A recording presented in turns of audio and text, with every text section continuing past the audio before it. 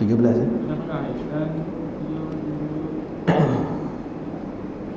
Hmm.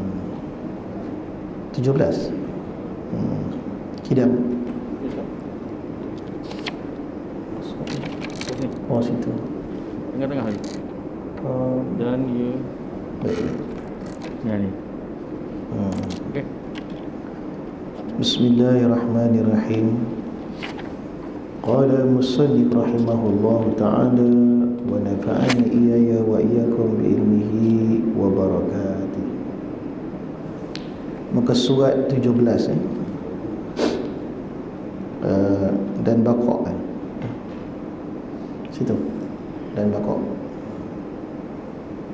Qala musannif rahimahullahu ta'ala wa nafa'ani iyaya wa iyyakum bi ilmihi wa barakatuh. Dan Baqarah artinya kekal. Apa arti kekal? Artinya ibarat daripada menafikan Adam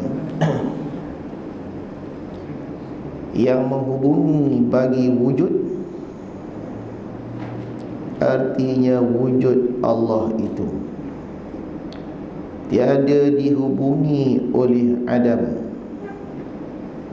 dan jika dihubungi oleh Adam, Adam tu mana tiada, nescaya adalah ia Allah berkesudahan. Jadi kita masih lagi mengulang-ulang sifat-sifat Allah Subhanahu wa ta'ala, di mana dengan kita mengulang tu ianya akan bertambah tahqiq. Betul ya? Betul ke atau dah jauh lagi? Maksudnya macam dah jauh lagi ni. Dah ke depan kan? Dah 18 lah. 19 lah. Kat mana? Dan Adam, dan ada pun sifat mustahil. Ya, betul. Muka surat 19. Dah jauh. Dah 19.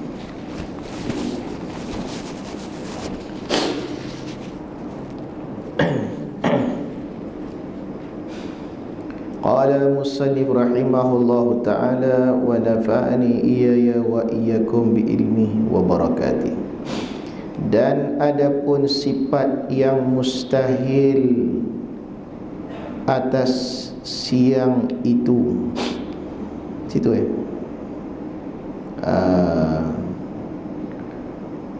qadim pula,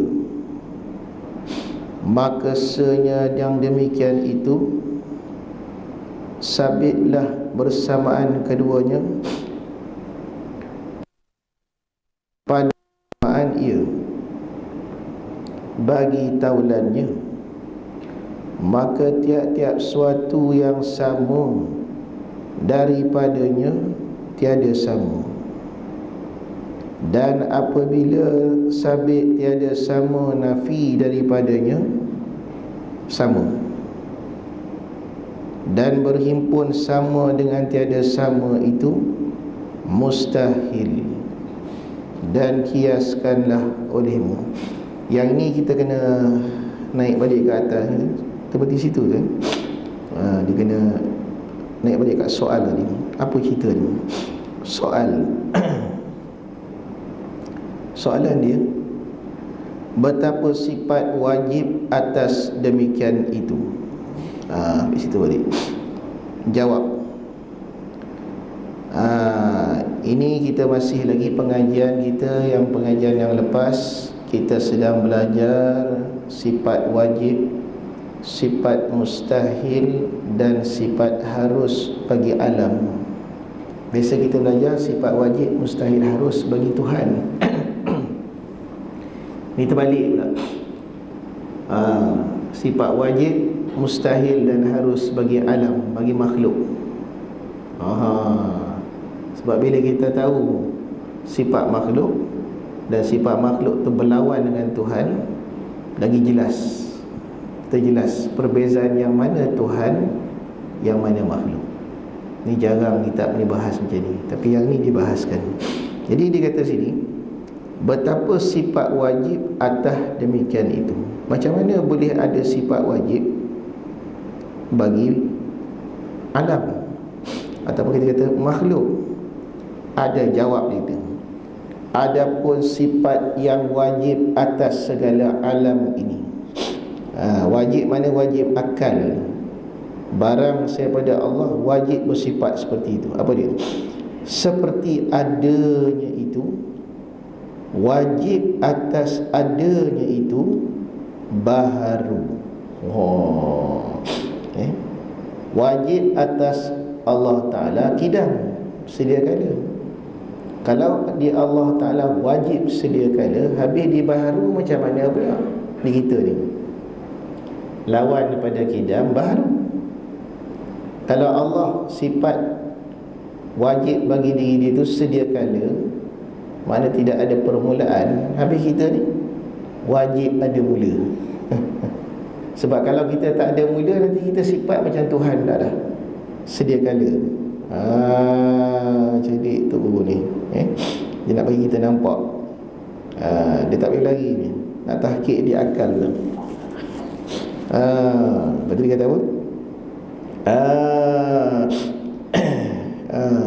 Seperti adanya itu wajib atasnya baharu, maka wajib pula lah atas taulannya seperti tiadanya.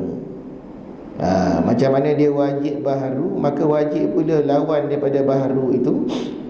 Kawan ni siapa? Kawan baharu. Kerana makna baharu ni ada sesudah tiada. Jadi kalau dia ada sudah tiada, maknanya sebelum tu dia tiada. Tiada tu kawan dia. Benda baharu ni maknanya lazimlah dia ada dua sifat. Kadang-kadang dia ada, kadang-kadang dia tak ada. Kenapa? Kerana makna baharu tu ada sudah tiada. Dia nampak. Adapun Tuhan dia tidak begitu. Tak ada pasangan. Tuhan wajib ada. Tak ada tak kat Tuhan? Tak ada. Tak ada tu tak ada. Dia satu, single dia. Ada. Kerana adanya Tuhan itu qidam, sedia kala. Ada. Itu dia kata apa lagi? Itu pun baharu juga. Tak ada tu, ada dengan ada tu baharu, tak ada tu pun baharu juga. Kerana keduanya itu, kenapa begitu?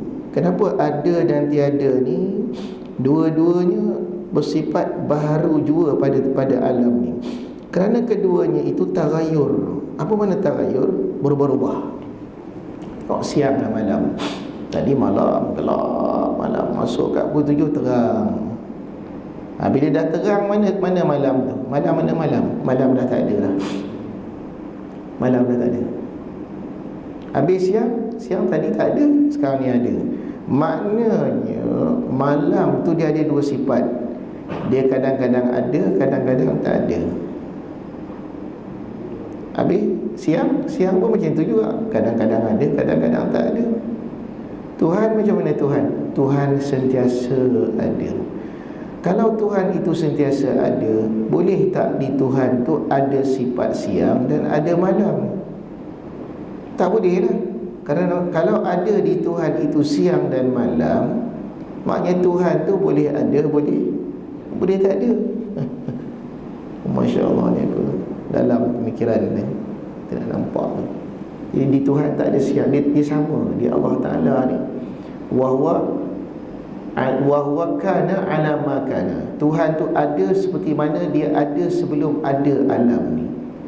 Macam mana sebelum ada siang malam, seperti itulah Allah bila dah ada siang dan malam.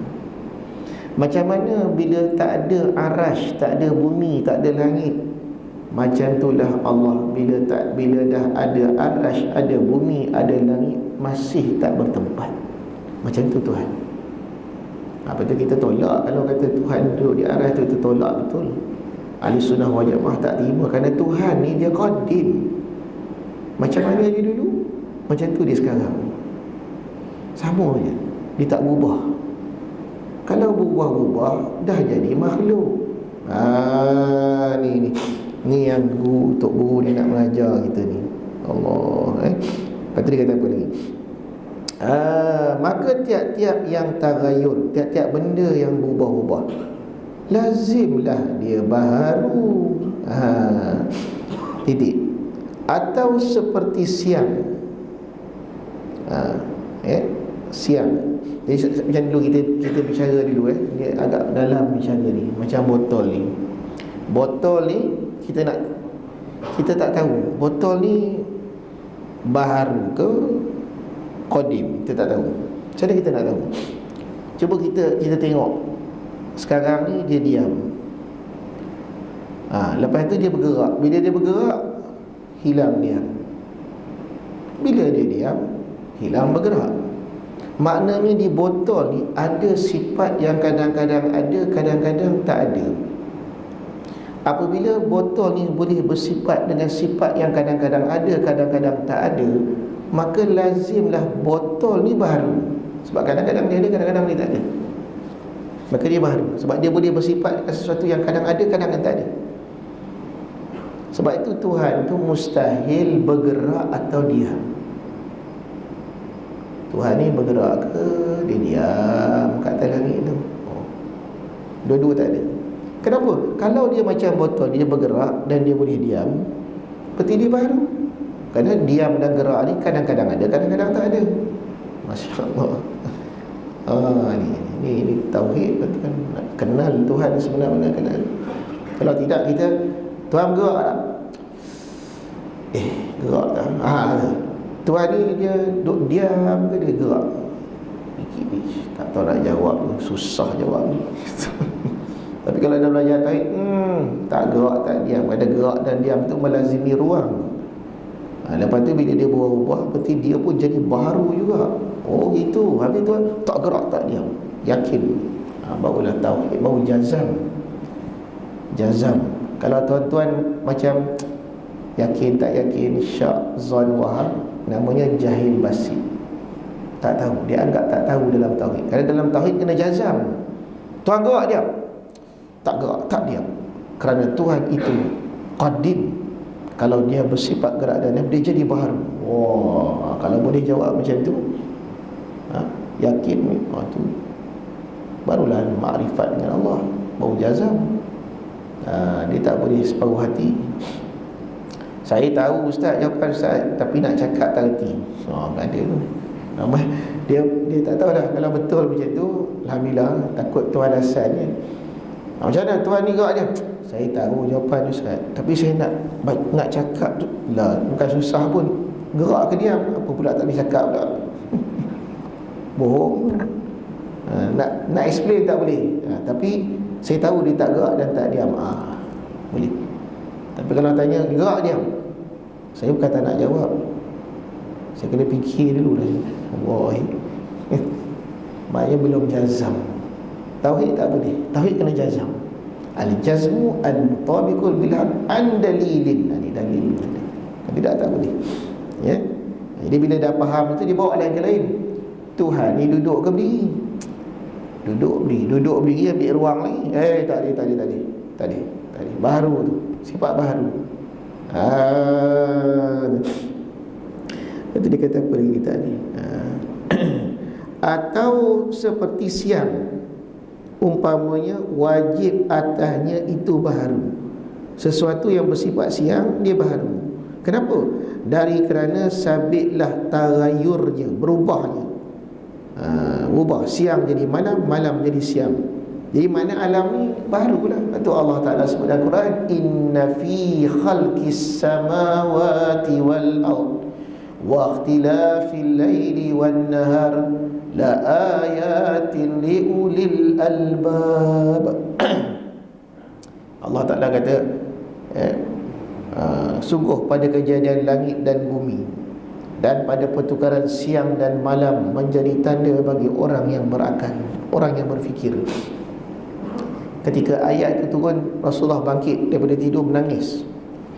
Celakalah orang yang membaca ayat ini tetapi tidak mahu berfikir. Menangis Nabi, bangkit daripada tidur. Cuba tengok asbabun nuzul ayat itu. Inna inna fi khalqis samawati wal ard, sungguh pada kejadian langit dan bumi. Sebesar-besar jirim tu, tengok langit, tengok bumi.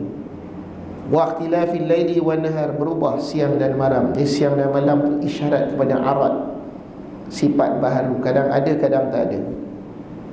Langit dan bumi itu isyarat kepada jirim, mengambil ruangan. Dua-dua tu menunjukkan dirinya makhluk. Mustahil ada sendiri, mustahil berpisah daripada siang dan malam tu. Tuhan jadikan macam tu. Maka dia kata pergi. Kalau begitu siang ni baharu, kerana kawan dia, partner dia malam. Kadang-kadang dia siang, kadang-kadang malam. Siapakah yang bersifat siang dan malam ni? Alam ni lah. Jadi kalau kita tanya, kita lahir alam dah ada, siapa buat alam ni? Kita tanya pada non-Muslim, orang yang tak percaya pada Tuhan, Masa awak lahir alam dah ada dah. Alam ni kita boleh buat dengan dia. Alam ni ada sendiri ke ada Tuhan yang buat? Betul kita kata, tengok alam, kadang-kadang siang, kadang-kadang malam, berubah-ubah. Tiap-tiap yang berubah-ubah itu baharu. Alam ni bersifat dengan sesuatu yang baharu, maka alam tu baharu. Macam botol tadi, gerak diam, gerak diam, gerak diam. Botol baharu. Siang malam, siang malam, siang malam, alam baharu. Walaupun kita tak tengok masa kejadian alam tu, tak lahir lagi, yakin. Tu tauhid. Baik. Lepas tu dia kata apa ni? Maka dia kata lagi, dari kerana sabitlah tagayurnya, senya tiap-tiap yang tagayur berubah-ubah itu baharu. Dan demikian lagi taulannya siang. Partner siang siapa? Seperti malam. Umpamanya wajib pula atas malam itu baharu, dari kerana malam itu juga sabit baginya bersifat tagayur. Apa makna tagayur? Berubah-ubah. Allah, dan titik. Jadi kalau begitu, bagi orang yang berfikir, dia dah nampak lah, nampak jelas kata alam ni bukan dia lahir ni. Walaupun dia dah nampak alam ni wujud, sedikit pun dia tidak ragu bahawa alam ni ada pencipta. Tak ada ragu langsung, kerana mustahil itu qadim, sedia kala. Habis. Dan dia kata lagi, dan ada pun sifat yang harus atasnya alam ini, yang demikian itu seperti siang itu wujudnya dan adamnya harus. Siang ni sifat dia boleh ada, boleh tak ada. Dan harus pula atas taulannya, yakni malam. Wujud malam itu boleh wujud, boleh tak ada. Dan ada pun sifat mustahil alam ni, apa dia?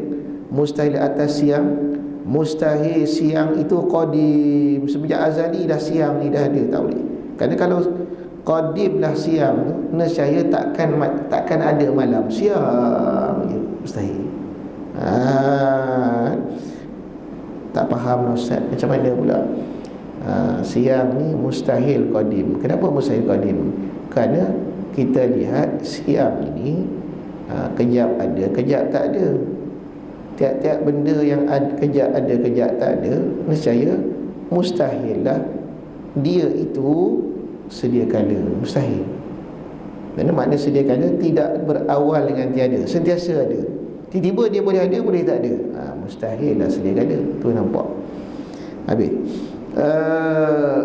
Maka senya yang demikian itu sabitlah bersamaan keduanya.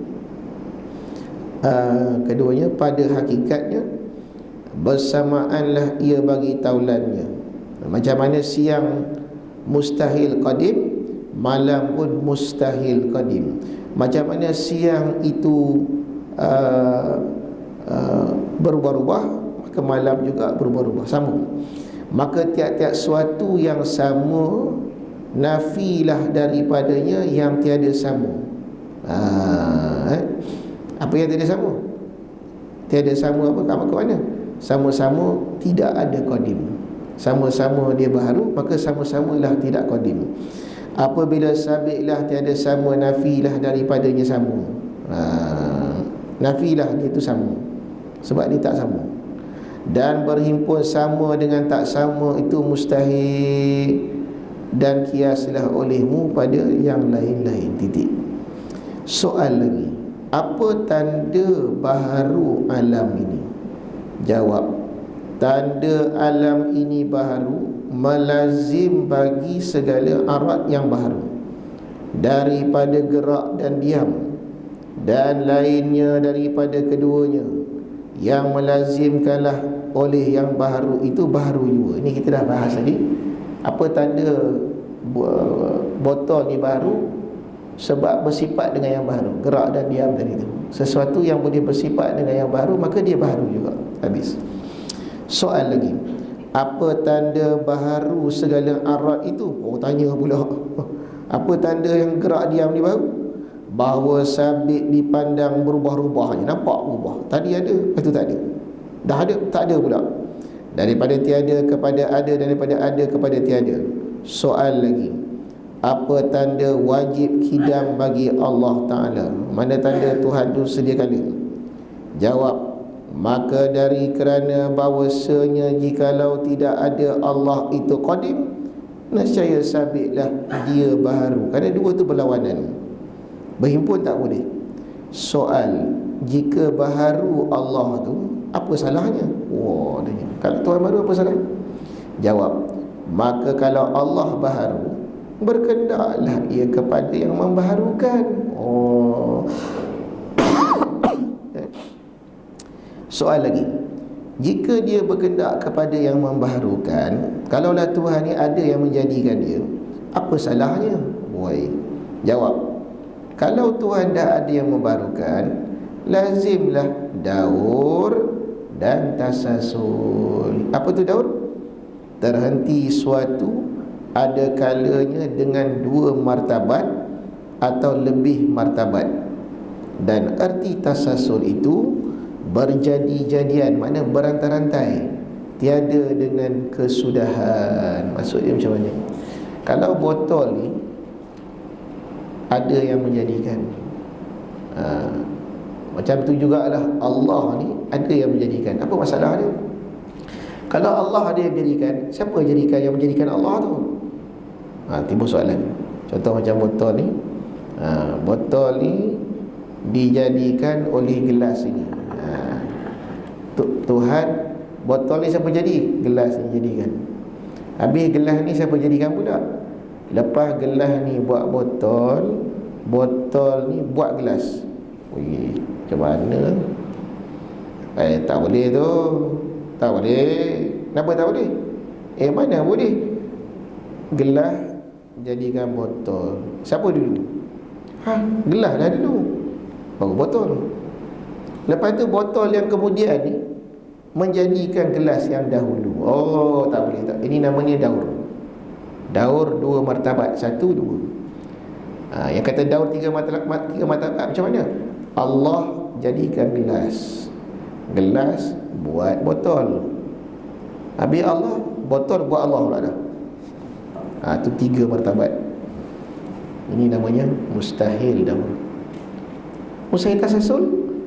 Botol dijadikan gelas, gelas dijadikan oleh si A pula sebelum dia jadikan gelas, dan sebelum gelas jadikan botol, A ni dijadikan oleh si B.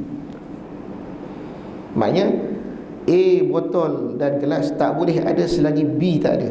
Tapi B ni pula dijadikan oleh si C. Maka B, A, botol semua ni tak boleh ada selagi C tak ada. Habis C siapa buat? D yang buat. Pula tak habis-habis, berantai-rantai. Maknanya semua duk tunggu, pending, tunggu yang lain ada. Maka mustahil. Kenapa mustahil? Membawa alam ni tak ada, kerana semua pending, tunggu siapa yang jadikan. Kalau begitu, daur dan tasasul mustahil, sabitlah Tuhan itu sediakannya. Tak boleh. Ini kepercayaan reinkarnasi ni.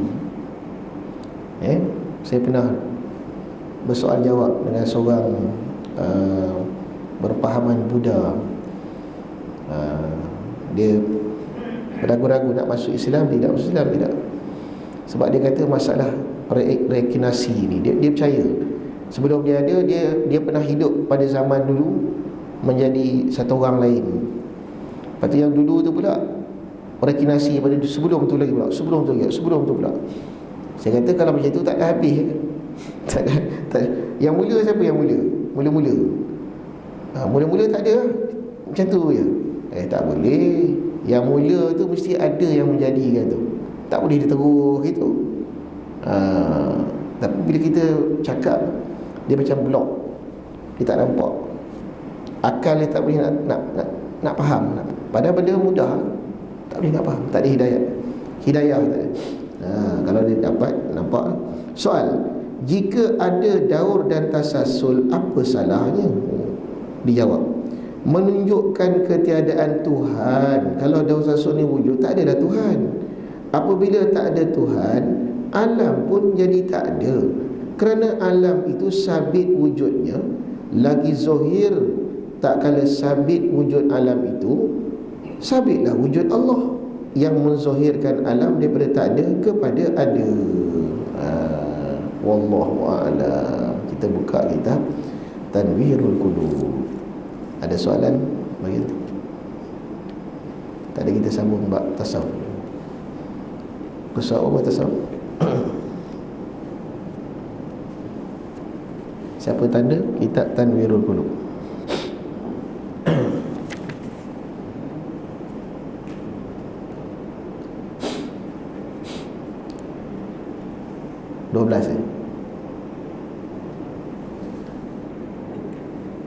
Ada siapa tanda tak?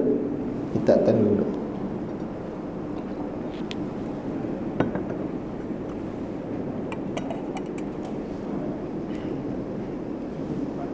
Empat belas Baik Nabi Ibrahim Sekarang stop kat sini. Okey. Baik. Baik Ibrahim tu. Muka surat 14. Ini pun sebenarnya hikmah tauhid ni tentang isqatut tadbir ya. 18 atas. Nampak atas dia 7 daripada atas.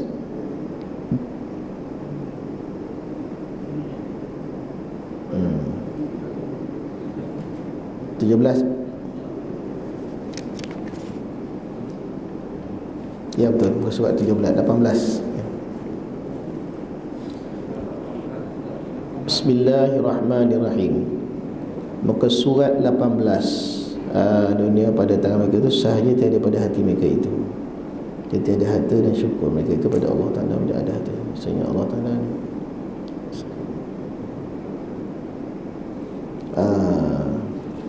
kita ambil sikit belakang supaya kita dapat jelas Ambil sikit belakang.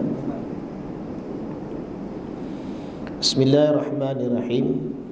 Qala musannif rahimahullahu ta'ala wa nafa'ani iyaya wa iyyakum bi ilmi barakatih. Kita ambil balik muka surat 17 supaya kita faham balik kat bawah sekali tu.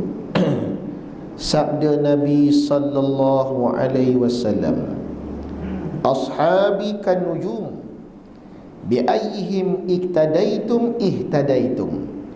Bermula sekalian sahabatku seperti bintang di langit, dengan apa juga mereka itu yang mana-mana kau ikut, mengikut kamu akan mereka itu, dapat petunjuklah kamu daripada sahabat itu radhiyallahu anhu. Jadi salah satu daripada cara kita nak faham, nak tengok betul tak cara amalan kita ni, tauhid kita betul ke, fiqh kita ni betul ke, tasawuf kita ni betul ke.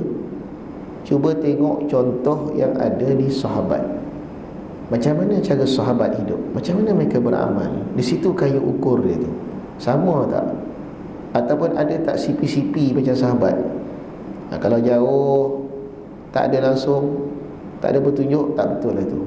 Maka dia kata sini, macam manakah sifat sahabat Nabi SAW dalam masalah usaha dan ikhtiar mereka? Maka mensabitkan Allah Ta'ala firman-Nya, berjual beli mereka itu dan mengeluarkan zakat harta dan kaya mereka itu, padahal tiada keluar daripada terpuji kaya mereka itu, kerana mentadbirkan padanya dengan hak Tuhan mereka itu. Jadi kalau kita tengok sahabat-sahabat Nabi, tengok sirah mereka itu. Sayyidina Osman, Abdul Rahman bin Auf, kaya-kaya, peniaga. Orang Arab ni peniaga, kaya betul mereka tu, duit banyak, harta banyak, tapi semua korban pada jalan Allah, semua korban pada jalan Allah. Macam mana sifat mereka tu? Dan terpuji, dipuji Allah.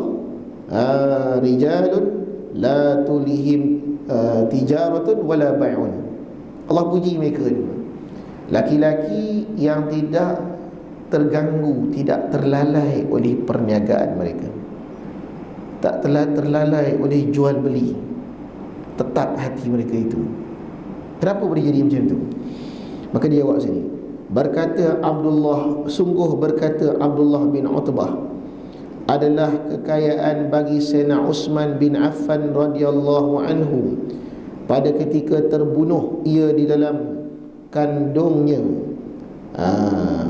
Masa dia bunuh tu, dalam kandung dia tu, masa gedung dia tu, banyaknya harta 100.000. 100.000 ni sejuta, dan 50.000. Sejuta, 100.000, 100.000, 100.000, 150.000, betul tu, 150.000 dinar, banyak ni. Dan 1,000 dirham, banyak dirham. Masa Sayyidina Utsman meninggal, dan meninggalkan dia'an antara Idris dan Khabir dan Wadil Qura, harganya 200.000 dinar. Harta-harta yang ditinggal dekat Khabir dan juga Wadi Qura, nilai dia tu 200.000 dinar. Dan banyaknya harta Sayyidina Zubair radhiyallahu anhu 50.000 dinar, dan 1,000 kuda, dan 1,000 hamba. Dan meninggalnya Umar bin As radhiyallahu anhu, bila dia mati berapa banyak harta dia tinggal? 300.000 dinar. Dinar ni emas, tuan-tuan, emas. Satu dinar ni lebih kurang 4 gram emas, 4.2 gram emas satu dinar. Kali lah tu satu dinar, kali kan. Saya pernah kira tu, 1 gram emas harga berapa? Katalah 200 sekarang ni, dikali 4, 800. Satu keping tu dinar emas lebih kurang RM800 sekarang ni. Lepas tu kalikan dengan harta dia, 50.000 dinar, kali 800. Itulah harta Zubair. Ammar bin As pula 300.000 dinar, dikalikan dengan 800. Itulah jumlah duit dia. Dan banyaknya harta Abdul Rahman bin Auf radhiyallahu anhu, tiada terkira banyak, nak kira pun tak boleh kira dah. Jadi kalau kita duk dengar sahabat ni zuhud, sahabat ni miskin, tak ada duit, kita ni tak boleh kaya, kaya kena bagi kat orang lain, ya ke? Salah informasi.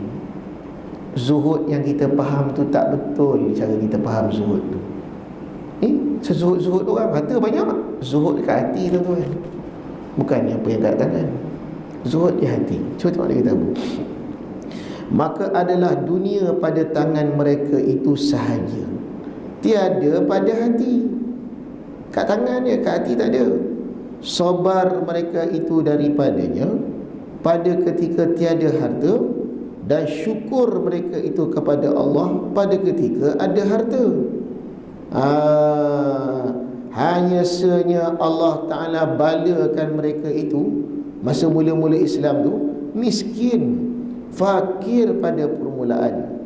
supaya sempurna nur mereka itu dan supaya suci hati mereka itu. Kerana jika belum suci dan sempurna nur mereka itu, barangkali hilang harta daripada tangan mereka itu, jadilah terkejut dan susah pada ketika sudah bersih hati mereka itu, dapat harta pada tangan mereka itu manfaat dan mengeluarkan mereka itu dah biasa susah.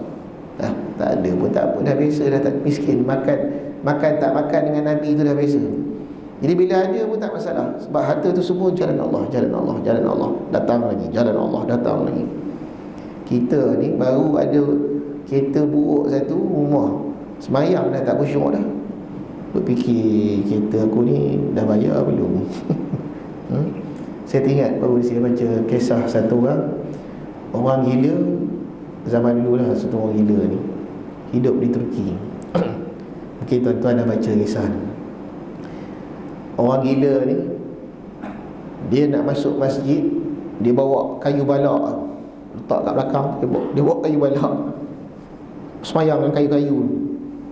Orang tengok, apa gila ni, bawa kayu semayang. Lepas tu terjatuh, berlemak, jatuh kayu. Imam pun datang, semua datang. Apa pasal kau semayang pakai kayu balak ni? Bukan semua orang bawa barang ke? Semua orang semayang ni kan macam-macam dia bawa.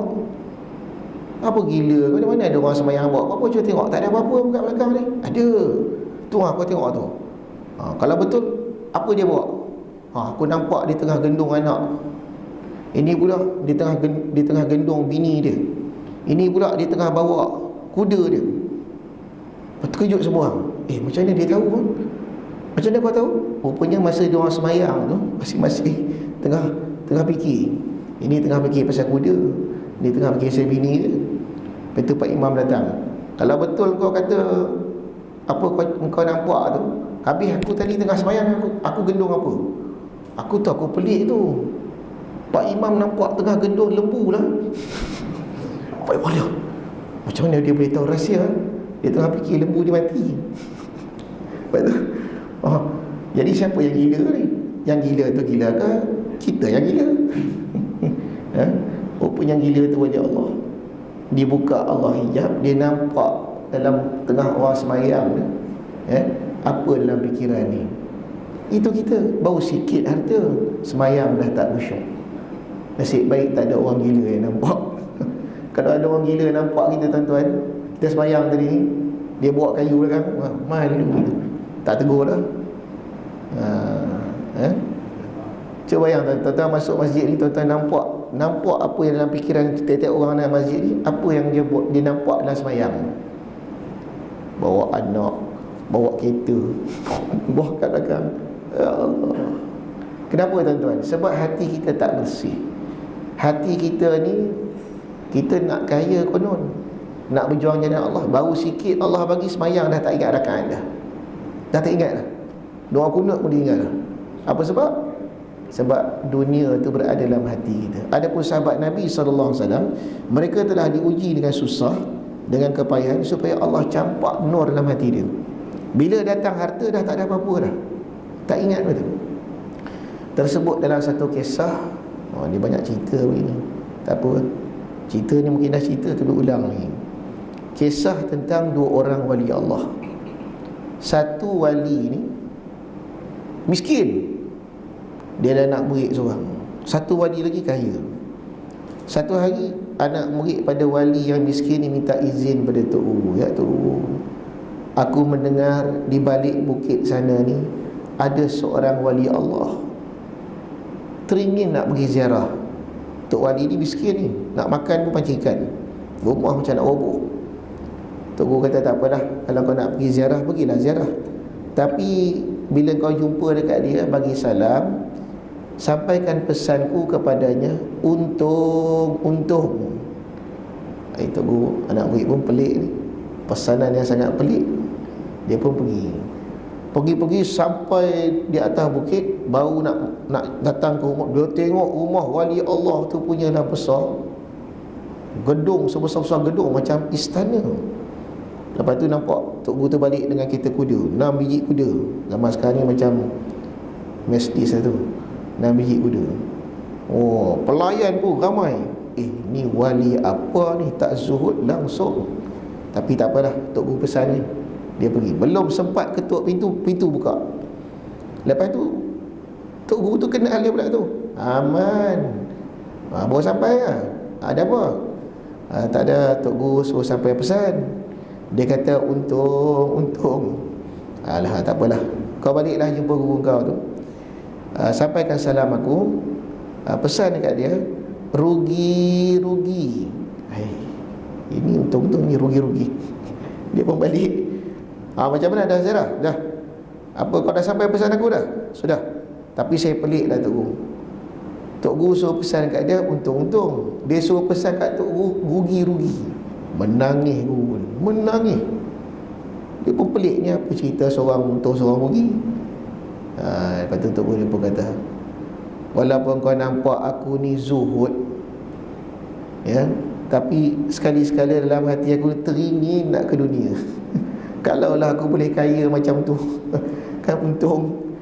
Jadi Tok Guru je tu kasyap punya, dia tahu dalam hati dia ni ada kasih ke dunia tu lagi. Allah, walaupun kat tangan dah tak ada apa. Habis itu kenapa kau kata sana untung-untung? Kereta dia banyak, dengan rumah besar. Tuan guru yang kau ziarah itu, walaupun kau lihat keretanya mewah, rumahnya besar, tapi dalam hatinya secuil pun tak ada.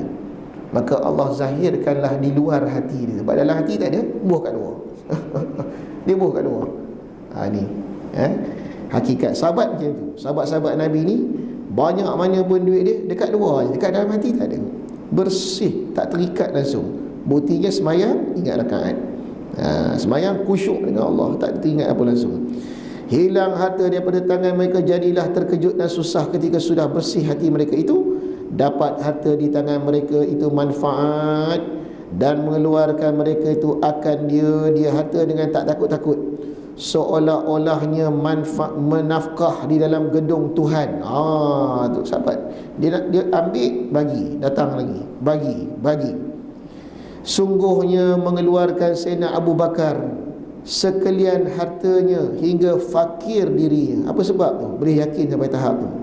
Dan mengeluarkan Sayyidina Abdul Rahman bin Auf radhiyallahu anhu 700 unta yang memikul makanan, dan mengeluarkan Sayyidina Osman radhiyallahu anhu askar yang tiada punya belanja perang sabilillah. Dia keluar belanja, habis semua duit dia bagi pada askar-askar dia. Maka bersangat-sangat bagus pekerjaan sahabat radhiyallahu anhum. Maka nyatalah bagi engkau tadbir itu dua bahagi. Tadbir dunia bagi dunia, seperti orang yang lalai dan lupa, dan tadbir yang dipuji itu tadbir dunia bagi akhirat. Tadbir kena tadbir. Siapa kata tak boleh tadbir dunia ni? Qala Nabi sallallahu alaihi wasallam, at-tadbiru nisful ma'isyah. Mentadbir itu, merancang itu separuh pada kehidupan. Ni kita lupa, kita tawakal tak. Padahal malas nak tadbir, malas nak mengurus kekayaan yang ada. Kita buat alasan tawakal, kita tak nak urus. Yang betulnya kena urus berserta tawakal. Itu yang betul. Ya, macam sahabat Nabi ni, mereka tadbir kekayaan tu. Tapi tadbir itu untuk akhirat, bukan tadbir dunia untuk dunia. Dan dia kata apa lagi?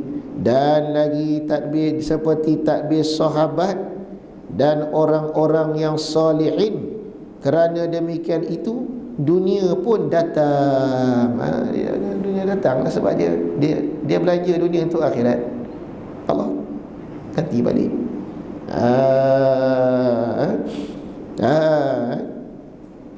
Lepas itu dia kata apa lagi? Hadis Rasulullah sallallahu alaihi wasallam menghinakan dia dunia, dan datang hadis menegahkan menghinakan dia dunia. Ada dua hadis. Satu hadis hina dunia, satu hadis jangan hina dunia. Ini nak faham. Selalu kita dengar hadis menghina dunia, tapi ada juga hadis melarang hina dunia. Cuba tengok. Dia kata apa? Dan setengah daripada hadis yang menghinakan dunia itu mana? Ad-dunya mal'unatun, mal'unun ma fiha illa zikrullah. Yakni dunia itu dilaknat, dan dilaknat mereka itu semua suatu padanya, semua dalam dunia semua kena laknat, melainkan orang yang membaca zikrullah. Betul? Melainkan orang yang menggunakan dunia itu untuk akhirat itu tak apa. Tapi lain pada itu semua dicela, dilaknat, dilaknat, dilaknat. Dan setengah daripada hadis pula, la tasubbud dunya fa ni'matun matiyatun mu'mini 'alaiha yablughul khair wa biha yanju minasyarr. Jangan kamu cela dunia. Tengok. Nabi kata jangan cela dunia. Jangan kamu cela dunia itu semata-mata, maka dunia itu nikmat tunggangan mukmin atasnya supaya dapat untung akhirat dapat melalui dunia tadi tu, dan dengan dia dapat lepas mukmin daripada celaka dan kejahatan. Tengok. Maka bermula dunia yang dilaknat itu oleh Rasulullah sallallahu alaihi wasallam, dunia yang membimbang seseorang daripada buat ibadat kepada Allah. Itu yang dicela, itu yang dilaknat. Adapun dunia yang ditegah melaknat itu, dunia yang menyampaikan engkau kepada buat ibadat dan buat taat kepada Allah. Maka senya memuji Rasulullah dunia sekira-kira jadi tunggangan untuk akhirat dan tempat buat ibadat, bukan kerana tempat bersedap-sedap padanya.